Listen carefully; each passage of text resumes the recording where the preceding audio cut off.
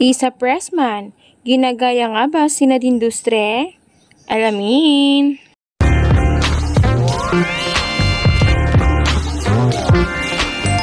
Kung natatandaan nyo nga guys, nitong nakaraang araw nga, ay talaga namang naging usap-usapan ng ating netizens at GDin fans itong si Nadine Lustre at si Isa Pressman nang makita nga ng ating Saka Nation na magkaparehas nga ng hikaw itong si Nadine Lustre at si Isa Pressman.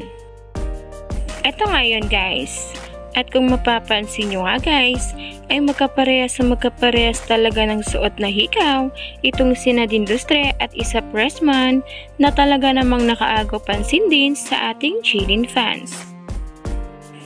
At ngayon nga guys, ay muli na naman ngang naging usap-usapan ng ating GDin fans itong si Isa Pressman at naikumpara nga din ito kay Nadine Lustre na makita nga ng ating Saka Nation ang bagong post nga na picture ni James Reid or ni Isa Pressman sa kanyang social media account na talaga namang nakaagaw pansin din sa ating netizens at GDin fans.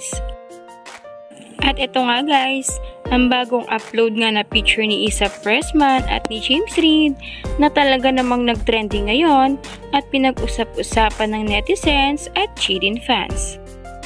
Ito yung comments guys. Sinadya din ang may pagkatash of leopard sa damit nilang dalawa. Hahaha. Bagay talaga kayo Nadine Lustre and James Reid.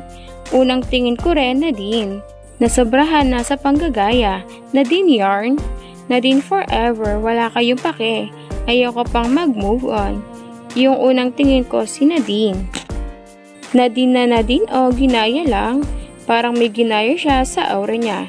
Yung ex ng katabi niya. Uy, abinakog si Nadine. Hahaha.